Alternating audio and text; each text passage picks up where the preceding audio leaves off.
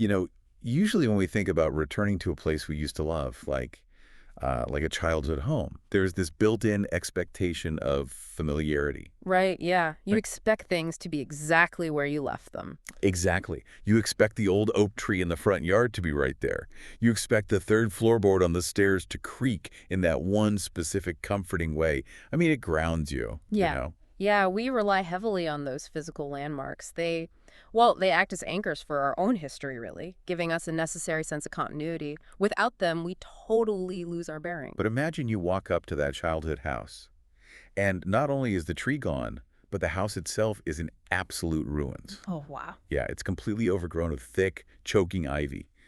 And worse, the people currently living in the town insist your house never existed at all. That's terrifying, honestly. It really is. You point to the stones, and they look you dead in the eye and say that any memories you have of it, any stories you tell about who used to live there, are just childish fairy tales. They tell you, you need to grow up and face reality. And that is a deeply disorienting, almost violent form of amnesia. When a culture actively attempts to erase a shared history, it's not just passive forgetting. Right. It's a systemic, intentional suppression of truth. I mean, they aren't just ignoring the past, they are paving over it because the past threatens their current power structure.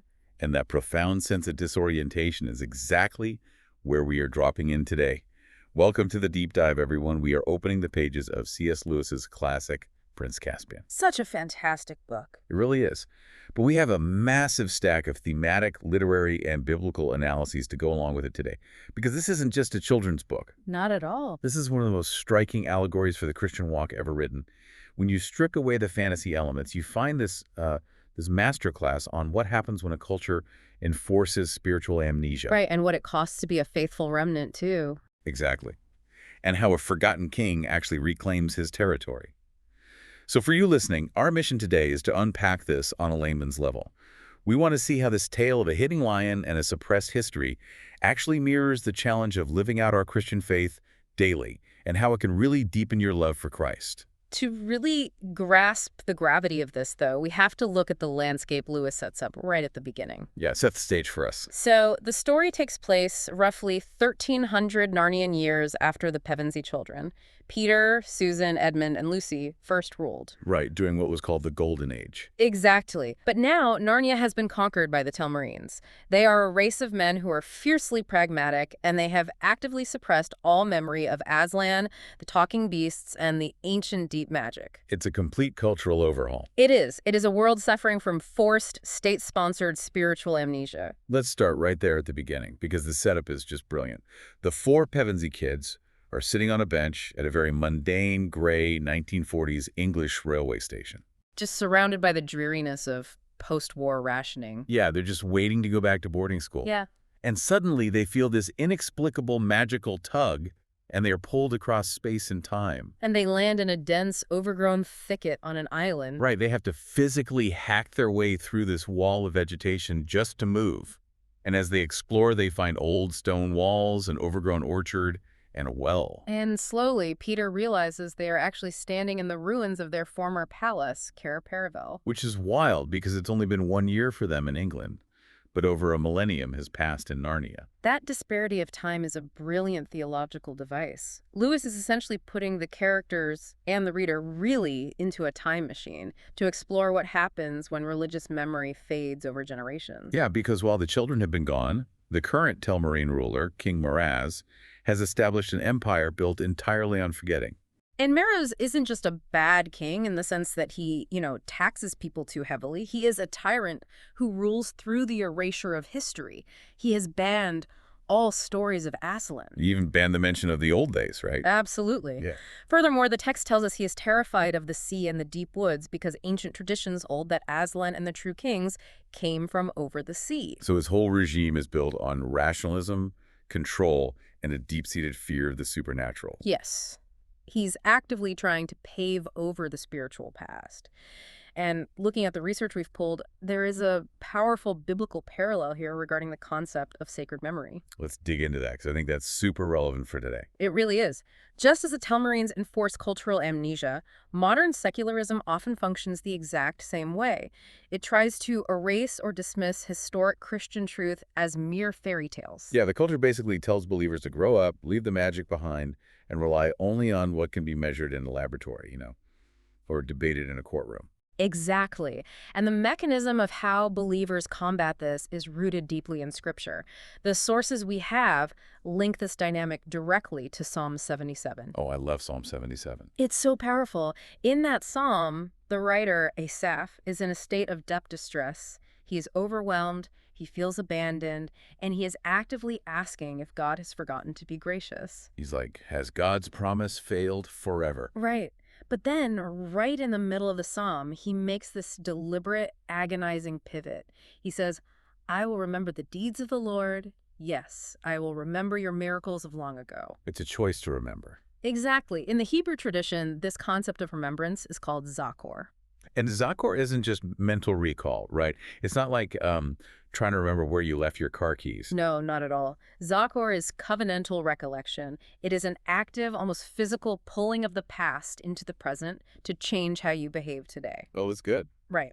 When the Israelites were told to remember the Exodus, they weren't just supposed to think about history. They were supposed to rebind themselves to the God who delivered them. It reorients the heart toward God's established character. Yes.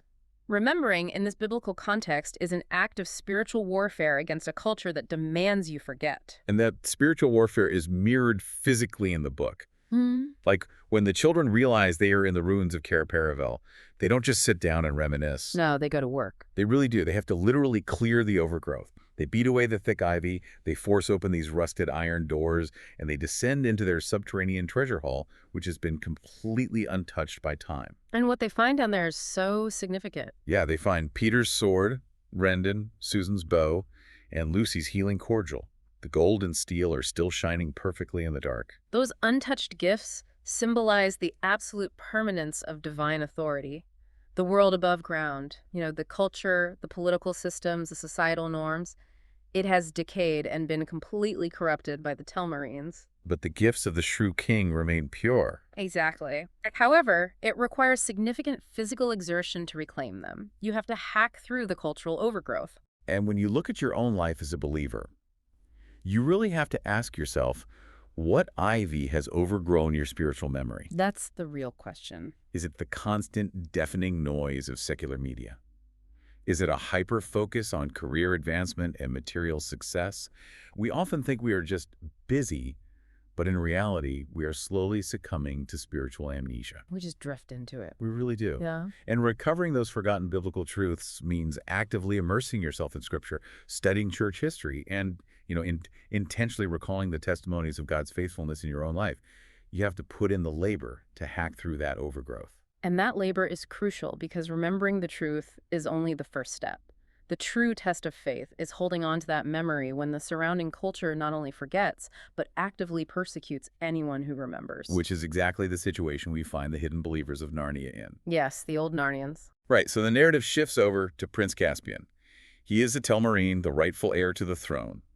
But his uncle Miraz, realizing Caspian might threaten his power, tries to assassinate him in the middle of the night. Which forces Caspian to flee into the wild on his horse. Yeah, he gets knocked unconscious in the storm and he wakes up in a badger's den.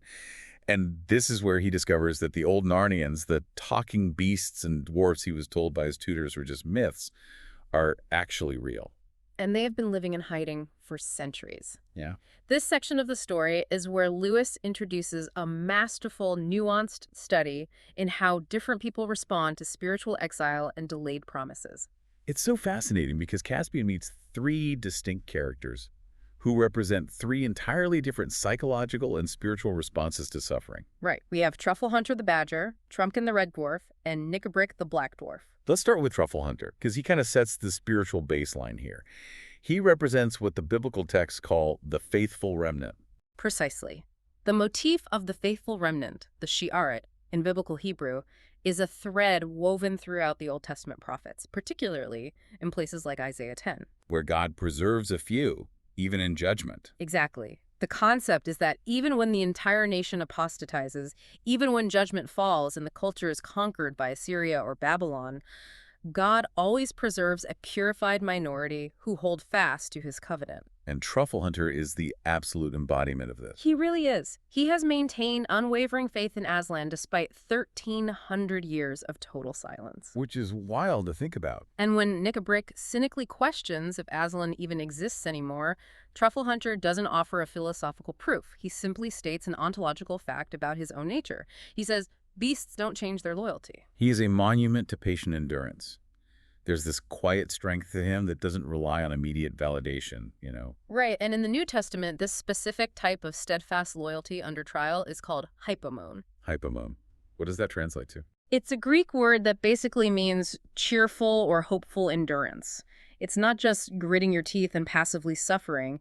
It's an active, expectant waiting. Oh, that's a great distinction.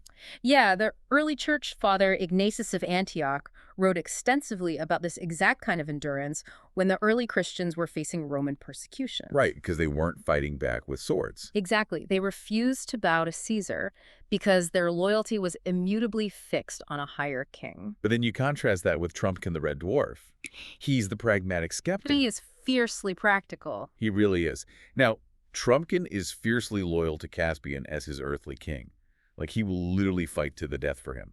But when it comes to Aslan and the ancient magic, he totally dismisses it. He calls it eggs and moonshine and soup and celery. Which are just fantastic insults. Yeah. But he's basically saying, look, I'll do the hard work, I'll organize the army, but don't ask me to believe in invisible fairy tales that haven't helped us in a millennium. And finally, we have the third archetype, Nickabrick the Black Dwarf. If Truffle Hunter is faithful endurance and Trumpkin is pragmatic skepticism, Nickabrick is the bitter cynic. His suffering has completely consumed him. Yes. His centuries of suffering under the Telmarines have decayed his soul. He has developed a desperate, cynical willingness to use absolutely any means necessary to win back power. He hates everyone, doesn't he? He hates the humans, he hates the half-dwarfs, he hates anyone who isn't exactly like him. His pain has made him morally bankrupt and highly susceptible to radicalization. Okay, I want to pause here and just push back on something because it's really easy to just praise Truffle Hunter and move on. Sure. But honestly, in a practical day-to-day sense, isn't Trumpkin's show me the proof pragmatism a bit safer? Safer? How do you mean? I mean, think about it from their perspective. You are an oppressed minority. You are hiding in damp caves. The Telmarine army is massive and well-armed, and your situation looks incredibly bleak. Right, they are totally outgunned. Exactly. So in that scenario, isn't it actually more responsible to rely on what you can see and touch? Like forging swords, securing supply lines, and building military strategy, rather than sitting around hoping a magical lion who, again, hasn't been seen in over 1,000 generations, is going to swoop in and save you. That's a really fair point. Isn't blind faith actually a recipe for getting your people wiped out? It is an incredibly natural human reaction, and honestly, it's why Lewis presents Trumpkin with a deep affection. Trumpkin isn't a villain at all. No, he's very brave. His loyalty to the king is highly admirable, and he is willing to sacrifice his life. However, the text and the biblical worldview it represents makes it clear that Trumpkin's skepticism is a severe handicap. Because it limits him. Yes, it severely limits his vision of reality. He is walking entirely by sight, not by faith. And this forces us to define what biblical faith actually is, because it is not blind trust in the face of contrary evidence. So how does the biblical framework define it differently than just, wishful thinking? Hebrews 11.1 defines faith, using the Greek word pistis, as the assurance of things hoped for, the conviction of things not seen. Pistis, all right. All right. Pistis isn't a leap into the dark. It is a reasoned trust based on the established character and past actions of God. Going back to Zakor, the memory. Exactly.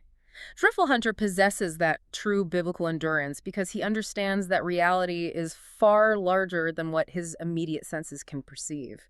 He remembers the ancient history of Aslan's deep magic. So Trumpkin is just missing the bigger picture. Trumpkin's pragmatism feels safe in the short term, yes. It gives you an illusion of control. But it is ultimately blind to the deeper spiritual mechanics that actually govern the universe. If you only fight on the material plane, you will eventually lose, because the real war is spiritual. I see what you're saying. Yeah. Trumpkin relies on himself, which works right up until the enemy is simply bigger than he is. It really forces you to look at your own heart.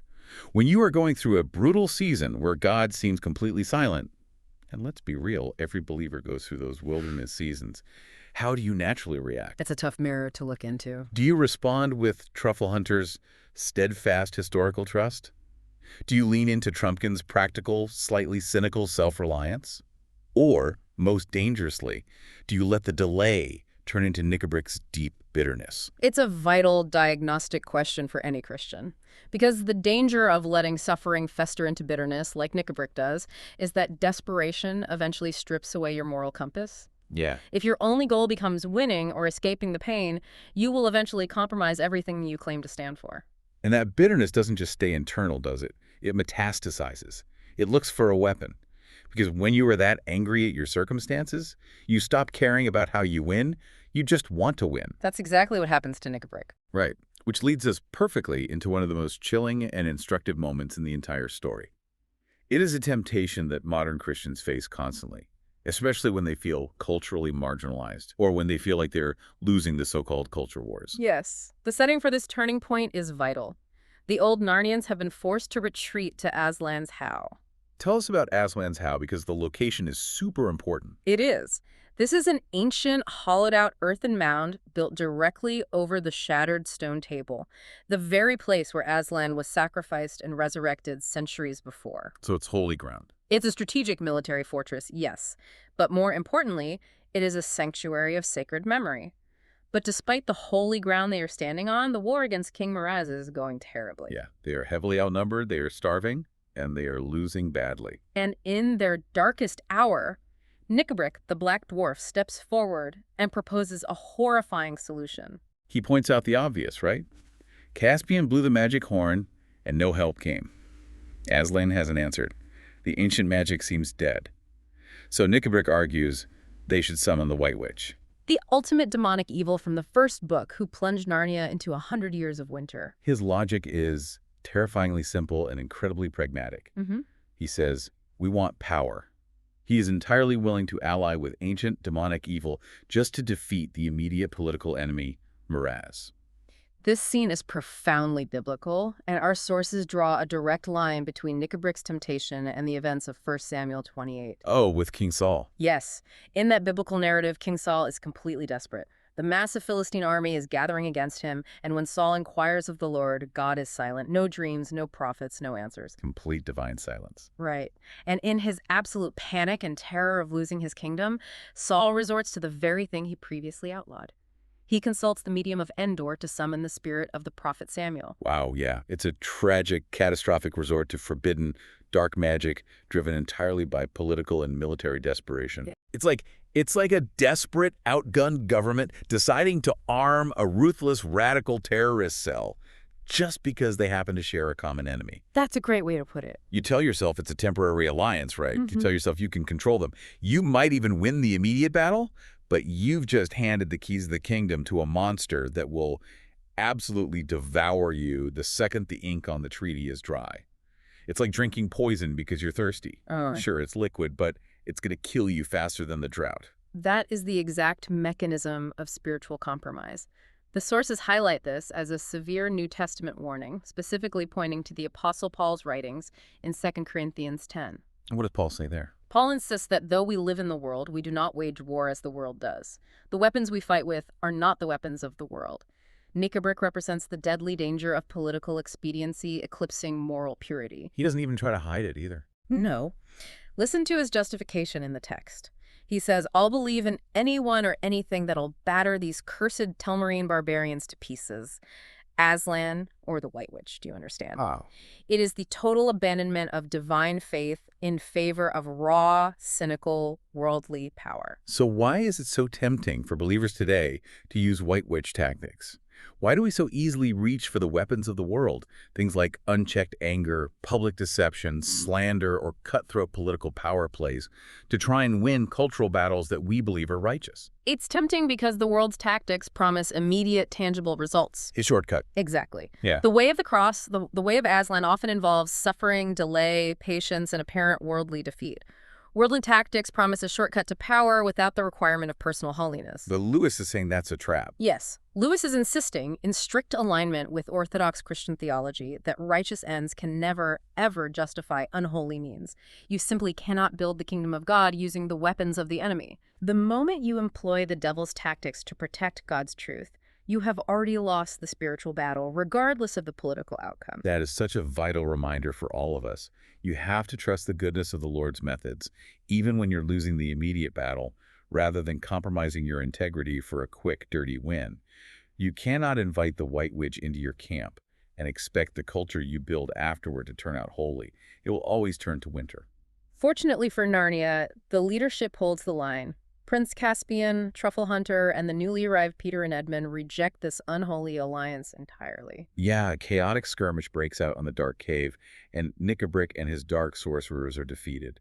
They refuse the temptation of unholy power. But that leaves them in exactly the same desperate position. Right. If they absolutely refuse to use unholy power, and their own military might is clearly insufficient to defeat Miraz, how does deliverance actually come? It comes through a call for help. But the mechanism of how that help arrives and what it looks like completely shatters all of their human expectations. Let's back up slightly to the catalyst for this deliverance. Earlier, when things were looking grim, Caspian made the momentous decision to blow Queen Sotin's magic horn. Such a great moment. It is. This horn is an artifact from the Golden Age, gifted by Father Christmas, meant to be blown only in the greatest, most dire need. The promise attached to it is that it will bring strange, unexpected help. And what exactly does it summon? I mean, if you're a Narnian soldier, you're expecting a massive angelic army with flaming swords to descend from the clouds, or maybe an earthquake to swallow the Telmarines. Something spectacular. Yeah, but the horn summons 4 kids who were just sitting at a railway station in their school uniforms, worrying about their Latin homework. This is a brilliant theological subtext regarding the nature of prayer and divine intervention. The intertextual link the sources make here is to the Old Testament shofar, the sacred ram's horn. Oh, like in the book of Joel. Yes, in Joel chapter 2. The sounding of the shofar in Zion is not a call to human arms. It is a liturgical call to sacred assembly, deep repentance, and an invocation for divine intervention during a time of utter national catastrophe. So it's an act of worship, really. Yes. Caspian winding the horn is an act of profound covenantal recall. It bridges the massive gap between human weakness and divine grace. He is officially acknowledging that they cannot save themselves. But the answer to the horn perfectly illustrates the core truth of 1 Corinthians 1. The Apostle Paul writes that God intentionally chooses the foolish things of the world to shame the wise, and God chooses the weak things of the world to shame the strong. Deliverance for Narnia doesn't come through Telmarine-style military might. No, it comes through school children, a faithful badger, and, we can't forget, a highly aggressive, sword-wielding, talking mouse named Reepicheep. Reepicheep is the best. And Paul writes that God intentionally selects the weak, the despised, and the things that are not to nullify the things that are, so that no human being can boast in his presence. By sending children to lead the army, God ensures that the ultimate victory will be recognized entirely as his own miraculous work, not the result of brilliant human strategy. It demands humility from the Narnians. I want to look at how hard that humility is in practice, because Trumpkin's reaction is incredibly telling here. He is dispatched from the how to go find whoever the horn summoned, and when he finally meets Peter, Susan, Edmund, and Lucy, he is utterly, devastatingly disappointed. He does not hold back. No. He looks at them, notes their age and their complete lack of armor, and basically says, no offense to you kids, but you're useless. We need heavy cavalry. We need warriors. He literally calls the idea of them helping eggs in moonshine. Which is just so perfectly dismissive. Right. But when you really examine that, how often do we do the exact same thing in our prayer lives? Oh, all the time. We blow the horn in desperate prayer, asking God for a massive financial windfall to solve our debt, or a miraculous physical healing, or a total, instantaneous change in our difficult circumstances. Because instead, God sends us something that looks completely inadequate to our eyes. He sends a kind, challenging word from a neighbor. He sends a small, humble opportunity to serve someone else. Or he just grants a quiet sense of peace in the middle of the storm. And we get frustrated. Yeah, we look at that provision and say, God, this isn't what I asked for. This is eggs and moonshine. I need a real solution. It's a profound spiritual blind spot that plagues almost every believer. We assume that because our problem feels massive, God's solution must be equally flashy and spectacular. We want the blockbuster movie ending. Right. But God's timing and his methods rarely match our human expectations. We want the spectacular earthquake. He often works through the humble, the ordinary, and the quiet whisper. Things never happen the same way twice. Exactly. As Aslan later tells Lucy, and this is a recurring theme in Lewis's work, things never happen the same way twice. We cannot dictate the terms of our own deliverance. We have to be deeply open to the unexpected, often entirely mundane ways God chooses to answer our prayers. And to prove to Trumpkin that they aren't just kids, Peter, Edmund, and Susan have to actually demonstrate their skill. Edmund disarms him in a sword fight, and Susan outshoots him in archery. They win the skeptical dwarf over, not with arrogant boasting, but with quiet, authoritative action. But proving themselves to Trumpkin is only the first step. To actually get to Caspian and the old Narnians, the children have to navigate a perilous journey through unknown territory. And this journey is where their faith is tested, not in a grand battle, but in the confusing, frustrating dark. This journey through the wilderness is arguably the theological centerpiece of the entire deep dive. It explores the painful friction between individual spiritual conviction and group consensus. It's such a brilliant sequence. So the children, guided by Trumpkin, are trying to find their way to Aslan's How. But the landscape has changed so much over the centuries that they get completely lost. They end up staring down into a deep, impassable gorge. Everyone is hot, tired, and cranky. Exactly. Tempers are flaring. Everyone is exhausted and thirsty. And then suddenly, Lucy looks up and sees Aslan. He is standing on a ledge across the gorge, clearly pointing the way they should go, which happens to be up a steep, difficult path. But there is a massive catch. A massive, agonizing catch.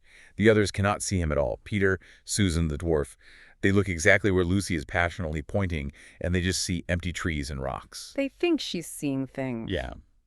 Lucy is faced with an excruciating choice. Does she follow Aslan alone into the dark, steep woods, or does she stick with the majority of her family and friends who genuinely think she's just imagining things or losing her mind due to exhaustion? This scene explores the deep, often painful cost of obedience. Our sources relate this to two very powerful New Testament passages. What are they? First, Luke 14, where Jesus speaks about the severe cost of discipleship. He warns that following him might literally put you at odds with your own family, your community, and your closest friends. Wow, yeah. Personal allegiance to Christ must take absolute precedence over group consensus, even when the group is made up of other well-meaning believers. That's a hard pill to swallow. It is. Second, it deeply mirrors John 20, where Mary Magdalene sees the risen Christ at the tomb when the other disciples do not. She is tasked with bearing witness to an unbelievable truth to a group of men who, initially, think it's nonsense. It's like hearing a high-pitched dog whistle that only you can hear. It's loud, it's clear, it's giving you a specific direction. But everyone else around you is perfectly comfortable in the silence, and they are looking at you like you are completely unhinged for covering your ears and reacting to something they can't perceive. That's a great analogy. And initially, Lucy folds. The group votes to go the opposite way, the logical way down into the gorge, and Lucy reluctantly goes with them to keep the peace. Which goes terribly wrong, of course. Naturally, they get shot at by Telmarine sentries and have to retreat. Later that night, while the others are sleeping, Aslan calls Lucy to him in the woods. And that nighttime reunion is pivotal for understanding spiritual maturity. Aslan is loving, but he is completely uncompromising. Right. He gently but firmly implies that she must be willing to follow him alone if necessary. He tells her to go wake the others and tell them they must follow. If they refuse, she must leave them behind and walk with him anyway. It's a terrifying prospect for a child to walk away from her older siblings in a hostile forest. Absolutely. But I have to push back here, though. Let's look at this from the perspective of the other siblings. Isn't there a massive danger here? Danger of what? Isn't it incredibly arrogant and even a recipe for spiritual abuse for someone to stand up and say, God is telling me this, I see the invisible lion, and if you don't follow me, you are out of the will of God? I see what you mean. Especially when all your fellow believers, the people who love you and know the Bible, disagree with you. How do you distinguish between hearing the genuine voice of God and just being stubborn, prideful, or flat-out delusional? I mean, cults are literally started this way. That is an excellent pushback, and it's a crucial point for spiritual discernment. Because it can get weird really fast. It certainly can. But the text provides safeguards to clarify the difference between arrogant, toxic individualism and genuine spiritual sensitivity. First, look at Lucy's posture. How so? Lucy wasn't proud. She was desperate and heartbroken. She wasn't seeking power over her siblings or trying to stroke her ego by being the chosen one. She was simply seeking to be obedient to the Lord she loved. That's a huge distinction. Right. Second, the direction she was calling them toward aligned with the ultimate goal of saving Narnia, not enriching herself. As believers, when the word of God is clear, we must obey it, even if the surrounding culture or even our well-meaning friends refuse to see it.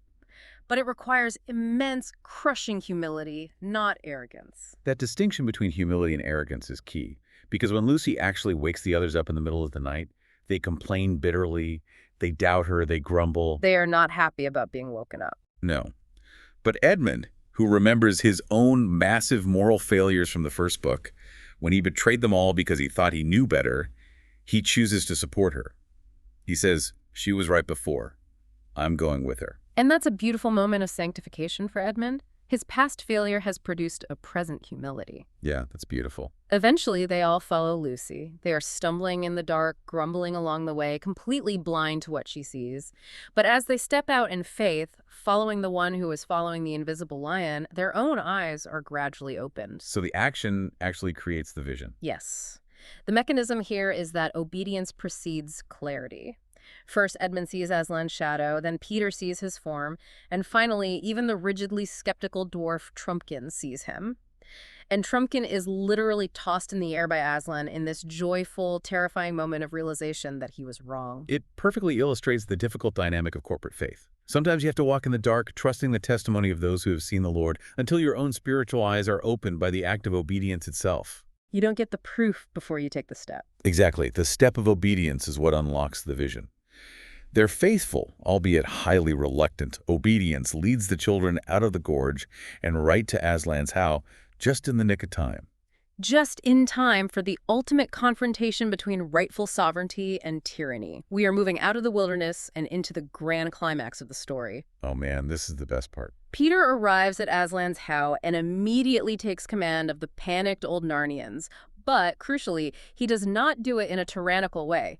He assesses the military situation, realizes they can't win a pitched battle, and challenges King Miraz to single combat, a monomachy, to buy time for Aslan to act behind enemy lines. This challenge is so rich with meaning, it highlights the stark, glaring contrast between Miraz's usurped despotic rule and Peter's legitimate, servant-hearted kingship. Yes, the motivations are totally different. Peter doesn't claim the throne of Narnia for himself. His written challenge explicitly states he is fighting to prove that Caspian is the lawful king under Aslan. That phrasing is vital. It reflects the deeply biblical pattern of authority. Earthly rulers are only legitimate insofar as they acknowledge the true, divine king above them, as seen in texts like Psalm 2. Which Miraz totally ignores. Right, Miraz rules by his own strength and for his own glory. Peter fights as a delegated servant of a higher power. It's the difference between a tyrant who consumes his people and a shepherd who risks his life for them. So Peter and Miraz have this brutal, exhausting, drawn-out duel in front of both armies. But the real victory, the massive cosmic shift, is actually happening elsewhere. While they fight, Aslan is moving. Yeah, Aslan is moving through the countryside, and his roar literally shakes the very earth. It wakes up the trees, which had been in a deep, unnatural sleep under the Telmarines. It wakes the river gods. The wild, joyful, mythological creatures of old Narnia come rushing back to life, breaking the chains of the mundane world. It's just an explosion of life. It is a breathtaking literary picture of eschatological renewal. The expert sources we consulted draw a direct, powerful parallel to Romans 8. Where Paul talks about creation groaning. Yes, in that chapter, the Apostle Paul writes that all of creation is currently groaning, as in the pains of childbirth, waiting eagerly for the children of God to be revealed, waiting to be set free from its bondage to decay. And the Telmarines are the ones enforcing that decay. Miraz's reign represented the fall of man. He dammed the rivers to control them. He cut down the ancient woods out of fear. He silenced the beasts. He placed the physical creation under a utilitarian kus. So Aslan coming back is the reversal. Aslan's return brings a cosmic reversal. It is a vivid picture of the new heavens and new earth described in Revelation 21, where the curse is finally lifted. And the Telmarines are absolutely terrified because honestly, they aren't defeated just by Peter's sword or Caspian strategy. They're defeated by the wild, joyous, unstoppable reawakening of creation itself. The world basically turns against them. Yeah, the river god literally rises up and tears down the bridge the Telmarines built across the water. Bacchus and his wild followers break down stone walls with rapidly growing vines. It's wild and untamed. When you really meditate on this imagery, it reminds us of that famous line from the first book. Aslan is not a tame lion. We so often want a safe, domestic, manageable god. It's a safe god. Yeah, we want a house cat that we can pet on Sundays and who will keep the mice out of our neat little lives. But the God of the Bible is wild, untamable, utterly powerful, yet perfectly good. This is a central, pulsating theme in Lewis's theology, and it echoes the early church father Irenaeus of Lyons. What did Irenaeus say? Irenaeus wrote extensively about a concept called Christus Victor, Christ the Conqueror. This is the understanding that Christ decisively overthrows the usurper, Satan, and violently reclaims humanity and the physical creation from the decay of sin. Ah, so Aslan is Christus Victor here. Exactly. Aslan breaking the illegitimate, oppressive power of the Telmarines is a direct picture of Christ breaking the very power of sin and death over the cosmos. But I want to bring this down to the individual level. Why is it so critically important for everyday Christians to remember that God's goodness does not equal safety? Because if we demand a safe, predictable God, we will inevitably shrink back from the radical demands of the gospel. That's convicting. Welcoming Christ into your life fully means allowing him to wildly dismantle the Telmarine structures of sin, control, pride, and self-reliance that you've carefully built up over a lifetime. It's not a gentle process. It is a liberation, yes, but it is rarely a peaceful transition of power. It is often a disruptive, messy, and terrifying liberation. He doesn't just want to come in and redecorate the living room of your life. He wants to tear it down to the foundation and rebuild it entirely. And that process of demolition hurts the ego. That really challenges you to consider what bridges of control in your own life need to be torn down by the wild, untamable grace of God. We build these structures to keep ourselves safe from the wildness of faith, and God has to break them to set us free. Beautifully said. And that beautiful, disruptive thought brings us to the deeply personal, devotional takeaways we can pull from this grand cosmic victory. Because the deep dive now shifts from the macro level of battlefields and cosmic restoration back to the profound intimacy of the individual believer's walk with God. Let's look closely at the reunion between Lucy and Aslan that we touched on earlier in the woods, because it contains arguably one of the most profound theological statements in the entire book regarding spiritual growth. Okay, set the scene for us. When Lucy finally reaches him, she buries her face in Aslan's mane. She looks up at him and realizes something has changed. She says, "Aslan, you're bigger." And Aslan replies with this beautiful line, "That is because you are older, little one." Lucy asks if it's because he is older, and Aslan says, "I am not. But every year you grow, you will find me bigger." I get chills every time I read that. It's so good. That brief exchange flawlessly synthesizes the complex doctrine of sanctification. As we mature in our faith, as we grow in grace and walk through trials like Lucy did, our internal capacity to understand God's absolute holiness, his vastness, and his infinite love expands. It's like our vision gets wider. Right. We don't realize how small, petty, and limited our view of God was until we actually grow closer to him. Peter Shekel, a prominent Lewis scholar, emphasizes in the sources that this is a starting point for understanding how the spiritual life isn't static. It is a continuous, awe-inspiring expansion of our conception of the divine. So if we break that down to a layman's level, it means that if your view of God hasn't grown since Sunday school, your faith is stunted. It's frozen in time. Yeah, if you still think of God in the exact same simple transactional terms you did 10 years ago, you haven't outgrown Christianity like the secular world tells you. You just haven't let the lion grow in your perception. You are still dealing with a miniature God of your own making. Precisely. To know him more is to realize how much more there is to know. And there is another deeply comforting truth Aslan shares with Lucy in that exact same scene. What got? When she is lamenting about the difficult, painful journey and feeling completely alone and crazy for seeing him when no one else did, Aslan tells her, "I was with you all the time." Which is incredible because she couldn't see him at all for most of the journey. Exactly, and it directly addresses the agonizing universal Christian experience of divine hiddenness. In seasons when the path grows dark, when the gorge is steep, and God seems entirely absent from your circumstances, we must remember that divine presence is not the same thing as divine visibility. Oh, that's really good. Say that again? Divine presence is not the same thing as divine visibility. Divine delay is not divine desertion.